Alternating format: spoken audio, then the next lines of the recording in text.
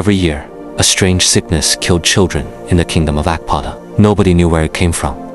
The people were hardworking farmers and hunters, but no amount of prayers or sacrifices could stop the deaths. Families lived in fear. Every year, about 20 children died. Parents would put their children to bed, not knowing if they would wake up the next morning. But among all the families in Akpata, there was one family the sickness never touched, and that family was about to change the kingdom forever. Derele lived with his father, Beatafori, his mother, Ariosua, and his sister, Ramok. His father was a brave hunter. From the age of 10, Derele followed him into the forest. Together, they hunted animals and provided food for their family. While other families lost children every year, nothing happened to theirs. Not a single child died. At first, people called them lucky, but after years passed, the king began to suspect something darker, and soon, he would make a deadly decision. The king had lost his own son to the sickness. Nothing worked. Not sacrifices, not prayers, not traditional rituals. Then, he noticed something strange. Only Biotifiori's family remained untouched. The king called a secret meeting.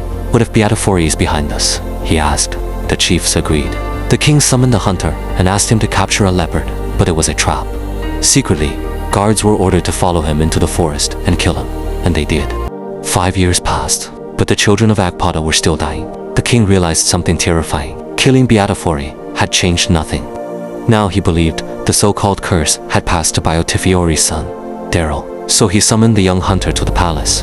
With a smile on his face, the king made him an irresistible offer. "Bring me a leopard from the forest, and if you return alive, you will marry my daughter, Princess Amaloa, and receive half of the kingdom." Derele had admired the princess for years. He wanted to believe the king had finally accepted him. But as soon as he entered the forest, the king secretly ordered his guards to follow him. Their mission was simple: make sure Derele never came back alive. Will Derele survive? Derele journeyed deeper into the forest. Something didn't feel right. The forest was too quiet. Then he heard footsteps behind him. He turned and saw the king's guards closing in from every direction. In that moment, Derele realized the truth. The king never wanted a leopard. He wanted him dead, just like his father. But the guards didn't know one thing. Derele had inherited a rare gift from his father. He could run as fast as a leopard. Before the guards could attack, Derele sprinted into the thick forest. They chased him for hours, but they couldn't catch him. For 3 days, he hid without food, surviving only on river water and wild fruits. Finally, he crossed the border into the neighboring kingdom of Igid. Believing their mission was complete, the guards returned to Akpata and lied to the king. "Derele is dead," the king smiled. But the greatest surprise was yet to come. After 3 days of hiding in the forest, Derele finally crossed into the neighboring kingdom of Igid. Weak, hungry, and exhausted, he was taken before the king.